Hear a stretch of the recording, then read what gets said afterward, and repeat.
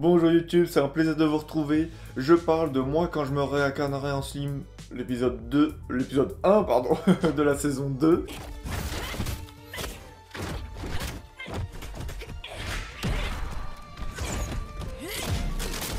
Enfin, j'ai envie de dire enfin, j'avais déjà fait une petite vidéo sur la bande-annonce, et enfin on a eu, il y a 2 jours, ce premier épisode. Ça a été un plaisir, c'est vrai que il s'est pas passé des choses folles. Scénaristiquement même, je trouve que ça a été un peu forcé. Je commence ma review, c'est parti.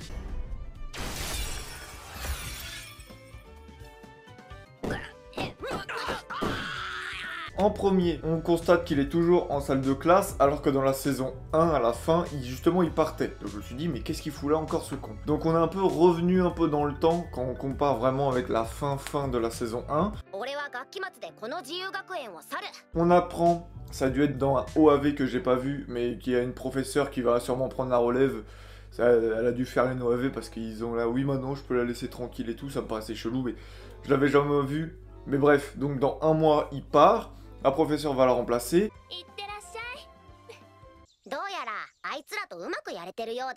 Et comme il maîtrise la téléportation, il peut se déplacer entre l'Imul et les cours qu'il a. Donc déjà, on rappelle un peu qu'il a des pouvoirs. Ensuite, on a un long flashback, il fait 3-4 minutes, mais je comprends pas le but de faire exprès un épisode 0 la semaine dernière, pour que ensuite tu me mettes un flashback de 3-4 minutes dans cet épisode.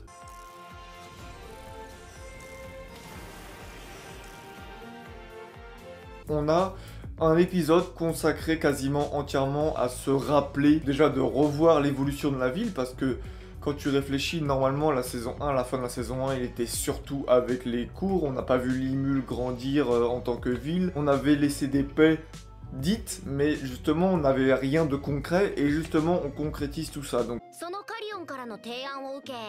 la ville s'est encore agrandie, justement pour accueillir des ambassadeurs, accueillir des accords et tout. On construit aussi des établissements dédiés pour eux.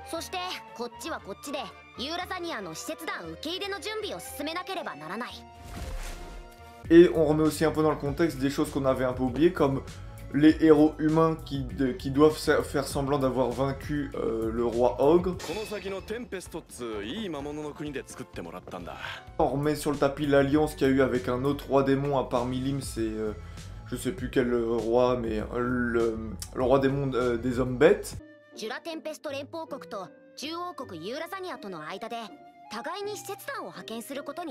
Et c'est sur ça qu'on va aborder, je pense, la première partie de cette saison. On revoit un peu tout le monde, un peu de fanservice aussi avec le fait qu'ils se changent en plusieurs tenues, qu'ils soient en fille, en garçon.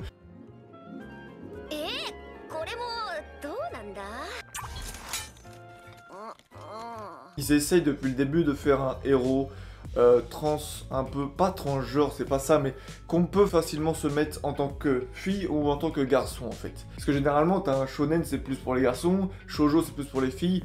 Là, même si c'était un garçon avant, maintenant il se veut ni l'un ni l'autre. Et on le voit bien la première fois dans la saison 1, quand il change un peu, il peut avoir plus de poitrine s'il veut, ou il peut en avoir moins, il peut être plus homme, il essaie de faire un mélange entre les deux, et ça c'est l'auteur qui essaye que tout le monde puisse se mettre à la place de ce slime, mais que ce soit fille ou garçon. On a revu les gobelins, on a revu tous les espèces qu'il y avait. Force est de constater qu'on peut dire que, comme maintenant ils sont obligés de faire à chaque fois qu'il y a des discours et tout, une forte population, parce que c'est censé être une ville très grande, bah tout ce qui est sur les animations de petits personnages vraiment derrière, c'est plutôt pas bâclé, mais fait vite fait quoi. Genre les gobelins ils ont des têtes de cul, genre les orques aussi, les tous.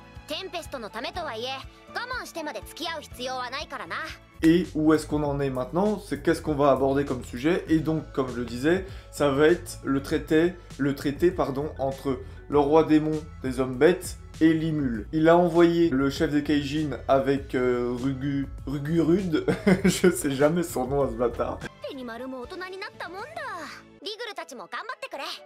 Ils y vont en tant qu'ambassadeurs et eux-mêmes vont recevoir des ambassadeurs. Et c'est là où pour moi aussi on remet un peu de fanservice parce que c'est un épisode 1. On met de la baston alors que il n'y a pas forcément lieu d'être.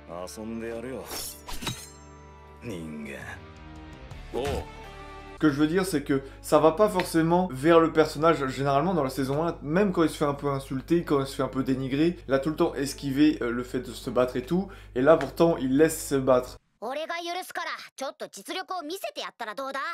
Pour moi, c'est juste pour qu'on se remette dedans, en fait. Ça m'étonnera même pas que dans le manga, il y ait pas ça, parce qu'il n'y en aurait pas besoin. C'est pour qu'on se remette dedans, qu'on voit un peu de puissance, qu'on voit un peu de combat dès l'épisode 1, qu'on voit un tumulte de tout ça. C'est pas désagréable, mais je trouvais que ça avait pas de sens, sur un rendez-vous diplomatique, que t'aies 2 combats, en fait. C'était fort agréable à suivre, toujours sympathique, et j'espère que l'épisode 2, parce que là, l'épisode 2 va vraiment parler du traité, j'espère que ça va être un peu plus intéressant sur le fond. Ce que j'attends de cette saison 2, c'est que j'aimerais voir Limul encore continuer à grandir en tant que ville, mais aussi Limul en tant que personnage, dans ses pouvoirs aussi. J'aimerais bien qu'on ait encore à nouveau une sorte de training. Par exemple, il a dit qu'il devait aller voir les hommes nains pour les remercier. Enfin, il a plein de choses à faire, mais j'aimerais bien aussi qu'il redécouvre d'autres espèces, comme un peu la saison 1, mais que lui aussi progresse. Parce que depuis un petit temps maintenant, lui, il progresse plus. Il a acquis tous ses pouvoirs.